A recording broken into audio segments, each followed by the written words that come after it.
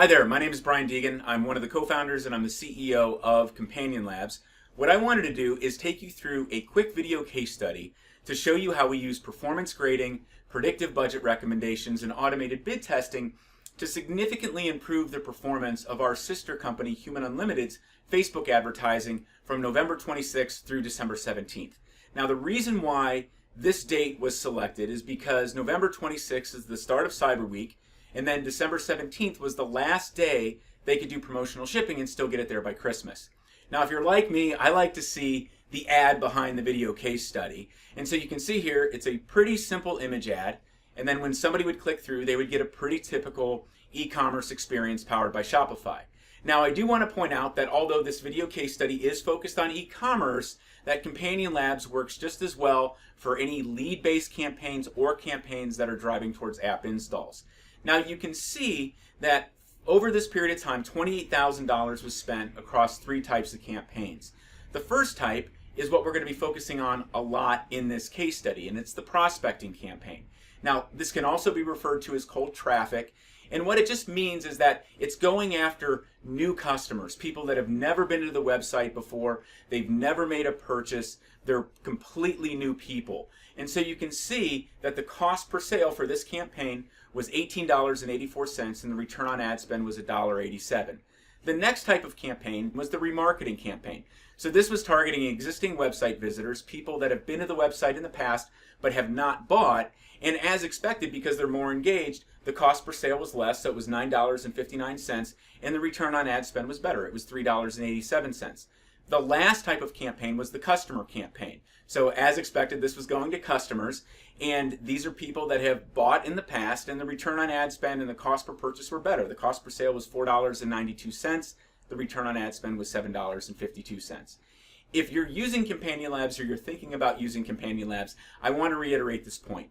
It's really important to make sure that you bucket people and you configure your campaigns correctly. You want to make sure that your prospecting campaigns are excluding existing website visitors, they're excluding existing customers, so when you're looking at your prospecting campaigns and the opportunities to use Companion Labs, you know that you're looking at your true prospecting performance.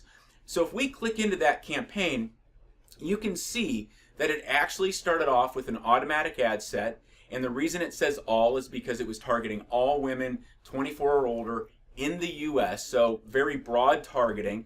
And this automatic ad set, we spent $10,000 during this period of time. Now, it started off pretty well. We accidentally turned it on November 26th and quickly shut it off. You can see that we only spent $90, but the cost per sale was 15 and the return on ad spend was 2.8. So when we really turned it on December 1st, we started off with a $1,000 budget, and you can see that it did great right out of the gate. Cost per sale of $13.92 and a return on ad spend of 2.8. The next day it went up a little bit in terms of the CPA. The return on ad spend was 1.9. The following day it went right back to $13 cost per purchase and a return on ad spend of 2.6. And at this point, we got a predictive budget recommendation from Companion Labs to take the budget to $1,800. So we applied that, and in that next day, it nearly spent that whole budget, and we had a great cost per sale of $17 and a return on ad spend of 2.1. The following day, it wasn't as good, so the cost per sale went up a little bit, return on ad spend went down, but we didn't want to freak out because just a few days before, we went from a $22 cost per sale to a $13 cost per sale the next day. Right? So we wanted to exhibit a little bit of patience here, but we did notice that the CPM kicked up a little bit. So the next day, the CPA didn't really get better. The return on ad spend was 1.2, which isn't acceptable. We noticed that CPMs weren't really going down at this time. So by the time we got to the 7th day or Thursday, we pulled it back to a $300 budget. Now, when you see this, it's very clear that there's a step up in CPMs. Now, it's not always related to the demand in the Facebook auction. Sometimes this can be related to the quality of your ads. So if your relevance score is going down, your frequency is going up, that can impact the CPMs that you're seeing. That wasn't the case here though, because even at the end, our relevance score was still 7.7 on average, which is really good.